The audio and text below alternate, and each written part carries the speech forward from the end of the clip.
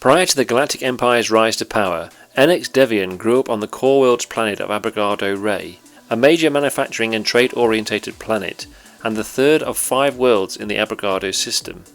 Later, during his young life, Devian found himself joining the ranks of the Commission for the Protection of the Republic. When the Republic was reorganized into the Galactic Empire, Devian became part of the Commission for the Preservation of the New Order, and joined the Imperial Security Bureau. During his service in the ISB, his fellow Imperials regarded him as a thug, due to various acts of violence in which he took pleasure. Eventually, it was working for the ISB which brought him to the attention of Darth Vader, who selected him to be trained in the deadly duels, usually against Darksiders. However, although he successfully survived the deadly duels, he lost his right eye to Vader, and later Devian was outfitted with a cybernetic replacement. For his exceptional fighting talents and also as an assassin, Devian was eventually appointed as Emperor Palpatine's hitman and was seen by the Imperial Court. Years later in 11 ABY, during the Empire's continual decline, Devian was less than content with the Imperial Ruling Council led by Carnor Jax, which eventually fractured into the Imperial Remnant led by Gilad Pellaeon in 12 ABY. Devian held a deep dislike for Pellaeon and refused to be part of the newly formed Imperial faction.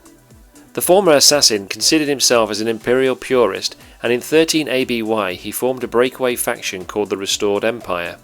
Devian proclaimed himself as the Restored Empire's supreme leader and installed General Bernard Vota and many other Imperial officers to lead his Imperial forces. His hardline Imperial devotion to Palpatine's ideals attracted many remaining followers in the former Imperial command structure. Around this time his forces located an old Imperial base within the Japani sector, which had been constructed during the early years of the Galactic Empire's rise to power. It was a large storehouse of discarded military ships and vehicles from the Clone Wars sent for decommissioning. Venator-class Star Destroyers and Acclamator-class assault ships were once made operational by Devian's forces, and a huge fleet was at his disposal. In order to achieve his ultimate goal for the Restored Empire, Devian hatched a difficult plan to destroy both the New Republic and the Imperial Remnant, and their plan for a peace treaty to end the Galactic Civil War. In order for Devian to understand the details of the treaty, a deal was made with a dignitary inside Gilad Pellaeon's inner circle called Zambasta, to spy on Devian's behalf and sabotage the peace talks. However, his plan's first action ended in a failed assassination attempt to murder the Solo family in the Imperial Palace on Coruscant. Shortly afterwards, he ordered a terrorist attack to sabotage the peace talks on Coruscant, but the attempt also ended in failure. In a move to strengthen his position as the Restored Empire's leader, Devian hired the services of Boba Fett to persuade the former royal guard of Palpatine, Kir Kanos, to join his cause. Meanwhile, Devian also hired a team of thieves to steal a piece of rare and deadly material known as Zytheum. He planned to use the volatile Zytheum material to destroy the New Republic government by planting the substance inside the Imperial Palace on Coruscant. Only days later, Boba Fett arrived accompanied by Kir Kanos to the Restored Empire's headquarters, but after being greeted by General Vota and attending a dinner hosted by Devian, Kanos refused to join Devian, calling him a dishonourable thug after witnessing a brutal killing of one of his own men. Although Devian imprisoned Kanos, he knew the former royal guard would find a way to escape. Devian's men concealed the Zytheum aboard the shuttle, and Kanos unknowingly used the ship to escape and travel to Coruscant to warn the New Republic. When the New Republic warship detected Devian's base, he was forced to evacuate and assemble his new Navy fleet from the system. New Republic forces were ordered to investigate the hidden base. However, by the time they realised it had been abandoned, the rigged base exploded, killing the invading forces. Back on Coruscant, while Kir Kanos had won the trust of Skywalker and Leia Solo, Mirith Sin agreed to attend a peace summit with Fina Dasta, a former member of the Imperial Ruling Council and the daughter of Baron Dasta. Shortly after Mirith Sin and Kanos departed from Coruscant for the summit meeting, a New Republic engineer had found the Zytheum on board the shuttle Kanos had earlier arrived in, and alerted Skywalker, who eventually flew the ship into orbit before it exploded.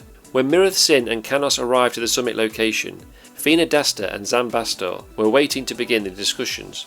Fina Dasta attempted to discuss the possibility of an accord between the New Republic and the Imperial Remnant, but before the talks could properly begin, Basta refused to discuss matters while Kir Kanos was present and promptly left the room. However, Devian had been informed in advance of the summit by Basta and cleverly arranged for a squad of stormtroopers to attack the meeting. After a firefight, Mirith Sin and Kanos managed to stop the stormtroopers, and realising the stormtroopers were sent by Devian, but unfortunately Fina Dasta was fatally wounded during the fighting. Outraged by the attack and convinced the New Republic had sabotaged the talks, Admiral Gilad Pellaeon felt the Imperial Remnant should retaliate by attacking Coruscant. This way the Empire could still rely on Baron Dasta's loyalty to the Imperial cause. This seemingly left the Remnant capital, Orinda, relatively undefended, allowing Devian to move his fleet in for an attack. Meanwhile, Mirith Sin and Canos informed the New Republic government of Fina Dasta's killing at the summit meeting. Canos suggested returning Fina's body to her father, Baron Dasta, and exposed Devian's plan, while Leia Solo agreed to warn Gilad Pellaeon of Devian too.